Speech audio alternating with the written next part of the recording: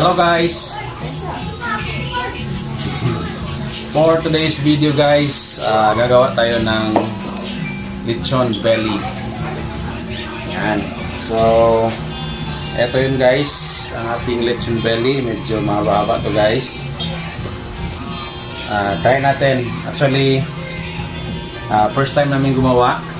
Nakikinood lang kami sa YouTube. At saka, ready na ang ating mga ingredients guys. Yan. Bali asin, tapos paminta, at saka magic sarap or ginis mix pala guys, no? So ready na din ang ating sibuyas na dahon. Yan ang ating toyo as our ingredients. Ready na rin guys ang ating tanglad. Yan, tanglad, onions natin, at saka meron tayong sibuyas. Ayan, sibuyas at saka bawang guys. So ready na ito guys. Lagayan natin dito sa ating belly. So ipahit muna natin guys ang ating asin at saka paminta at saka ginis mix. Ayan.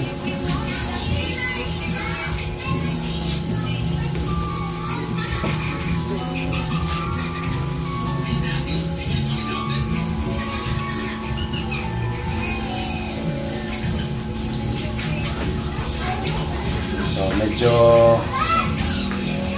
sure ko guys, lami kini siya guys. Ayan. Overload natin ng mga guys, mga sangkap. Okay. Para bawat sulok talaga lagyan.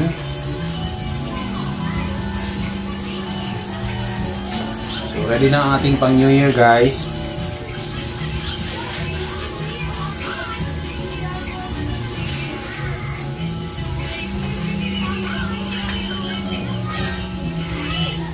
Dohar ko bimingaw na ni guys kaya wala man sila sa balay.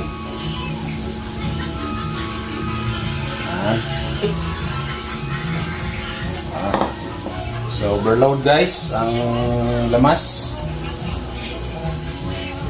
Yan. Okay. So next natin lagay ang ahos.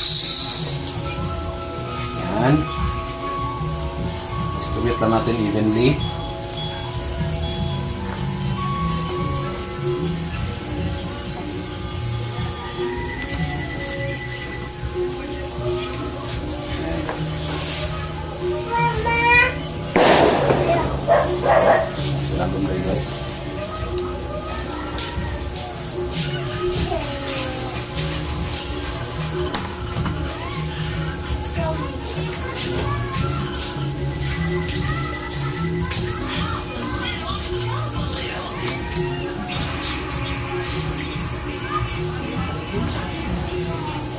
Okay.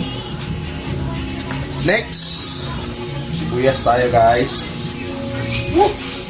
Bali, tatlong sibuyas to guys. Nilagay ko yung mga malalaking sibuyas.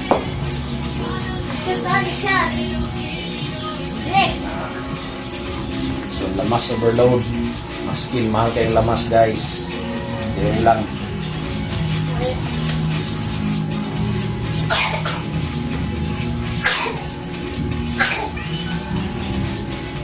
Okay. So next natin i-file guys, laurel.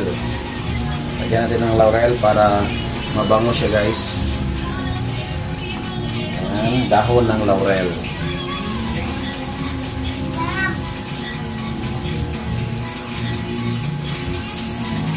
Okay.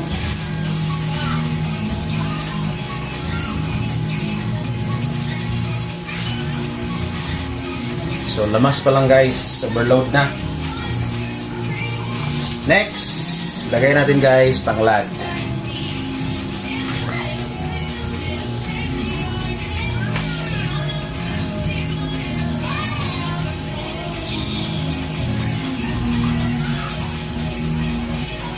Okay.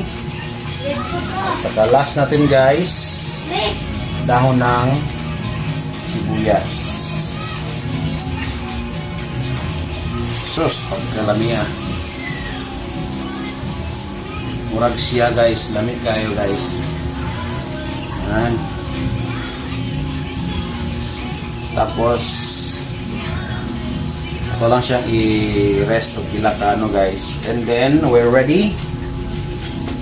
So ready na tayo talian. Try na ito, gilin siya lisod talian guys. No? Siyempre, patabang itong gwapang asawa. No? Kaya lima. So akong patali lang guys, lambo. No? Lambo ni siya katong sa sako sa bugas. So, ready na guys ang ating ang ating lechon. Ayan o. Ayan. Ayan. Okay na siya. Overload na masyado guys. Tingnan natin kung dili siya lisod talian. Okay. So talian na to and then ito ang bahugan o tuyo. No, bahugan ang tuyo guys para flavor mo. Okay. So pause muna natin ang video guys. So ito na guys. Prepare na natin na natin ang toyo sa labas. Ready na siya.